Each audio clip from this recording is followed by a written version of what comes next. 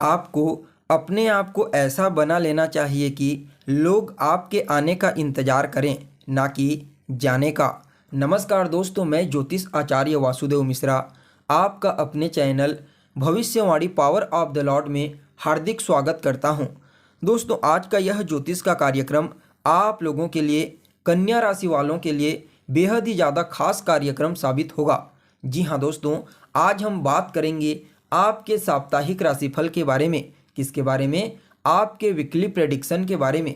जी हाँ दोस्तों, साल 2024 नया साल का पहला सप्ताह यानी कि 1 जनवरी से लेकर के 7 जनवरी के मध्य का समय आप लोगों के लिए किस प्रकार से रहने वाला है।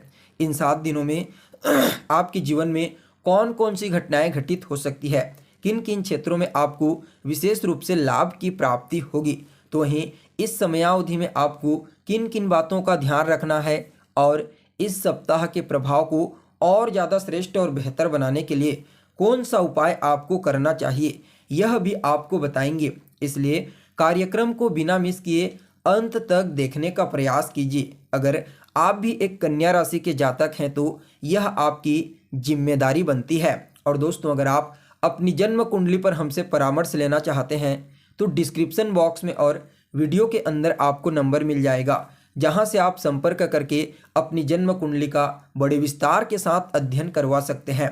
तो दोस्तों, जैसा कि आपको मालूम है, साप्ताहिक राशिफल में मुख्य रूप से चंद्रमा के गोचर की गणना की जाती है। ऐसा क्यों?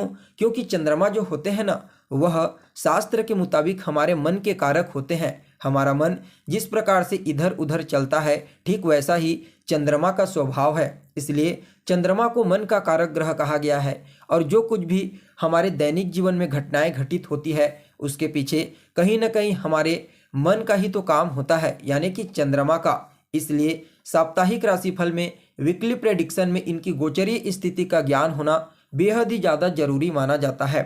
अगर इस सप्ताह चंद्रमा की गोचरीय स्थिति के बारे में चर्चा की जाए तो दोस्तों, सप्ताह के शुरुआत के जो 2 दिन होंगे ना, 1 और 2 जनवरी, इन 2 दिनों में चंद्रमा सिंह राशि के ऊपर गोचर करेंगे। सिंह राशि के ऊपर गोचर करते हुए चंद्रमा पर देवगुरु बृहस्पति की पंचम दृष्टि पड़ेगी। परिणाम स्वरूप यह चंद्रमा बलवान होकर के आपके आत्मविश्वास यानी कि आपके कॉन्फिडेंस में वृद्धि करेंगे। इस समय आपका चित्त, आपका मन स्थिर और एकाग्रचित रहेगा। फलस्वरूप कुछ महत्वपूर्ण निर्णय अगर आप इस समय लेते हैं तो वह आपके लिए प्रॉफिटेबल साबित होगा। तो वहीं सप्ताह के मध्य पड़ाव के जो 2 दिन होंगे, 3 और 4 जनवरी का दिन, इन 2 दिनों में चंद्रमा का गोचर कन्या राशि के ऊपर होगा, जहां पर पहले से ही केतु देव गोचर कर रहे हैं। परिणाम स्वरूप यह जो समय होगा, थोड़ा सा आपके लिए गलत फहमी का शिकार ना हो जा, ऐसा स्थिति क्रिएट कर सकता है। जी हाँ, इस समयावधि में अगर कोई फैसला लेते हैं, डिसीजन लेते हैं, तो उसके पहले आपको हर पहलू का अच्छे से निरीक्षण कर लेना चाहिए। उसके पश्चात अगर आप कोई डिसीजन लेते हैं तो निश्चित तौर पर आपको कोई परेशानी नहीं होगी। तो वहीं सप्ताह के मध्य पड़ाव में, यानी कि अंतिम पड़ाव के जो मध्य का समय होगा, 5 और 6 जनवरी, इन 2 दिनों में चंद्रमा का गोचर तुला राशि के ऊपर होगा। तुला राशि के ऊपर गोचर करते हुए चंद्रमा पर देवगुरु बृहस्पति की सप्तम दृष्टि पड़ेगी। और यहाँ पर चंद्रमा भी देवगुरु बृहस्पति को अपनी सप्तम दृष्टि से दृष्टिगोचर करेंगे। परिणाम स्वरूप यह आपके लिए एक महान गज केसरी नामक राजयोग का निर्माण होगा, जिसके परिणाम स्वरूप यह आपके कई प्रकार के क्षेत्रों में आपको अद्भुत परिणाम प्रदान करेगा। तो वहीं दोस्तों, सप्ताह के आखिरी दिन में 7 जनवरी के दिन चंद्रमा का गोचर वृश्चिक राशि के ऊपर होगा। और वृश्चिक राशि जो होती है ना दोस्तों, वह चंद्रमा की नीच राशि मानी जाती है। इसलिए यहाँ पर भी आपको कुछ सचेत होकर के चुनौतियों का सामना करना पड़ेगा। तो देखिए, मूल रूप से यह आपको चंद्रमा जो है ना, यह आपको मूल रूप से पहले तो आपके 12वें भाव का परिणाम आपको प्रदान करेंगे शुरुआती 2 दिनों में। तो ऐसे में यह आपके खर्चों में तो वृद्धि करेंगे, नो डाउट, लेकिन यह जो खर्च होंगे यह अच्छे कार्यों में होंगे। जी हाँ, दान पुण्य, धार्मिक क्रियाकलाप, पूजा पाठ, धार्मिक अनुष्ठान, यज्ञ इत्यादि के क्षेत्र में आप अपना पैसा लगाएंगे, वह पुण्य के रूप में आपको प्राप्त होगा। तो वहीं देखा जाए तो जो जातक विदेश जाना चाहते हैं, विदेश में जाकर के कोई काम धंधा करना चाहते हैं, पढ़ाई लिखाई करने के लिए विदेश जाना चाहते हैं, तो निश्चित तौर पर इस समय उन लोगों को सफलता की प्राप्ति होगी। देखा जाए तो लॉटरी, सट्टा, शेयर, इन क्षेत्रों में भी निवेश करने के लिए इस समय को अच्छा कहा जा सकता है, क्योंकि धन के कारक देवगुरु बृहस्पति की दृष्टि चंद्रमा के ऊपर पड़ेगी। परिणाम स्वरूप धन आने के सभी मार्ग इस समय आपके जीवन में खुल जाएंगे। छठे भाव पर जब चंद्रमा दृष्टि गोचर करेंगे तो यह आपके रोग, ऋण, शत्रु इनका सफाया कर देंगे, यानी कि इनसे सुरक्षा करेंगे। चाहे वह रोग हो, ऋण हो या फिर शत्रु, इन तीनों समस्याओं से इस समय देवगुरु बृहस्पति और चंद्रमा आपकी सुरक्षा करेंगे। कुछ मामलों में आपके लिए सामने वाले को आपके प्रति जो विनम्रता है उसे प्रदर्शित करने के लिए आप मजबूर कर देंगे। तो वहीं देखा जाए तो छठे भाव पर जब चंद्रमा दृष्टि गोचर करेंगे तो कहीं ना कहीं यह उन विद्यार्थियों के लिए भी काफ़ी श्रेष्ठ समय कहा जा सकता है जो किसी भी प्रकार की कोई प्रतियोगी परीक्षा, कंपटीशन एग्जाम की तैयारी कर रहे हैं। इसके अलावा आपके मामा के साथ आपके संबंध बेहतर होंगे, आपसी तालमेल बेहतर होगा। तो वहीं दोस्तों, सप्ताह के मध्य पड़ाव में 3 और 4 तारीख को चंद्रमा का गोचर आपकी राशि के ऊपर होगा। आपकी राशि के ऊपर पहले से केतु गोचर कर रहे हैं। परिणाम स्वरूप यह कुछ मामलों में आपको भ्रामक स्थिति में डाल सकते हैं।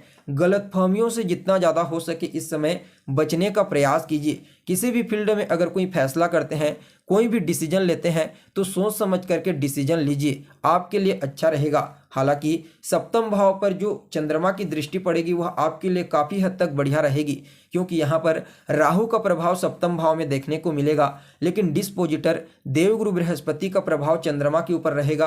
तो इनडायरेक्ट रूप से देवगुरु बृहस्पति अपने घर को दृष्टिगोचर करेंगे। परिणाम स्वरूप यह समय आपके दाम्पत्य जीवन, वैवाहिक जीवन के दृष्टिकोण से काफ़ी अनुकूल रहेगा। इस समय आपके दाम्पत्य जीवन में खुशियों का आगमन होगा। पार्टनर का पूरा सहयोग आपको प्राप्त होने वाला है। इसके अलावा आपके पार्टनर के करियर में भी कोई सकारात्मक परिवर्तन होगा।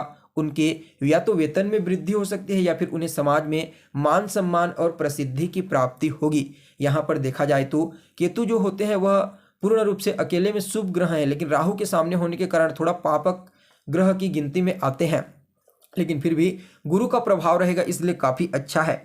तो वहीं दोस्तों, यहाँ पर कहीं ना कहीं उन व्यापारियों के लिए भी अच्छा समय है जो पार्टनरशिप में कोई बिजनेस व्यापार करते हैं। हालांकि स्वतंत्र व्यापारियों को भी लाभ के अवसर प्राप्त होंगे, लेकिन पार्टनरशिप में व्यापार करने वाले जातकों को कुछ ज़्यादा ही प्रॉफिट होने की संभावना यहाँ पर दिखाई दे रही है। तो वहीं देखा जाए तो सप्ताह के अंतिम पड़ाव में यानी कि 5 और 6 तारीख को चंद्रमा का जो गोचर होगा दोस्तों, वह आपकी कुंडली के दूसरे स्थान में होगा। यहाँ पर देवगुरु बृहस्पति के साथ दृष्टि संबंध बनाएंगे। आपके लिए यहाँ पर क्या राजयोग का निर्माण करेंगे, तो इसे क्या कहा जाता है, इस राजयोग को गज केसरी योग कहा जाता है। गज केसरी, इसका मतलब समझते हैं आप? देखिए, पहले राजा महाराजा होते थे तो उस जमाने में हाथियां होती थी, उनके पास हाथी रहते थे, घोड़े रहते थे। तो गज यानी कि हाथी के समान धनवान, समृद्धशाली, हर प्रकार से संपन्न, ऐसा इसका प्रभाव देखने को मिलता है। तो दूसरे भाव में और यहाँ पर आपके अष्टम भाव में ये प्रभाव देखने को मिलेगा। फलस्वरूप आपके पारिवारिक जीवन में इस समय खुशहाली का आगमन होगा। परिवार के लोगों का सहयोग आपको मिलेगा। आपसी तालमेल, आपसी संबंध काफ़ी बेहतर रहेंगे। आपका रुका हुआ तो पैसा आपको मिलेगा। इस समय धन को संचित कर पाने में आप कामयाब रहेंगे। पैतृक संपत्ति का भी आपको लाभ मिलता हुआ नजर आ रहा है। आपको अपने ससुराल पक्ष से भी इस समय कोई अच्छी खबर सुनने को मिल सकती है, जिससे आपके मन में प्रसन्नता की भावना देखने को मिलेगी। यहाँ पर देखा जाए तो कहीं ना कहीं उन विद्यार्थियों के लिए भी इस समय को काफ़ी अनुकूल कहा जा सकता है जो प्राथमिक शिक्षा ग्रहण कर रहे हैं। अष्टम भाव पर पहले से देवगुरु हैं, चंद्रमा के प्रभाव में दोनों इस समय आपके अष्टम भाव को बलवान बनाएंगे और अचानक ही आपके जीवन में सफलता के, तरक्की के, धन आने के रास्ते आपको प्रदान करेंगे। सभी प्रकार की चुनौतियों और समस्याओं से आपको राहत दिलाएंगे।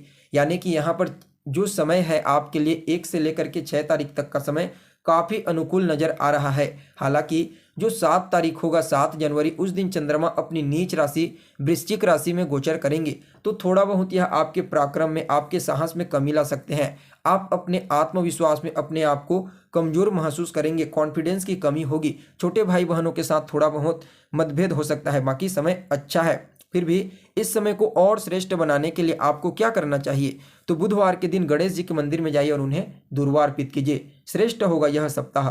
तो दोस्तों, हमें उम्मीद है आपको जानकारी अच्छी लगी होगी। फिर मिलेंगे एक नए और ताज़ा एपिसोड में। तब तक के लिए आप हमें इजाज़त दीजिए। नमस्कार।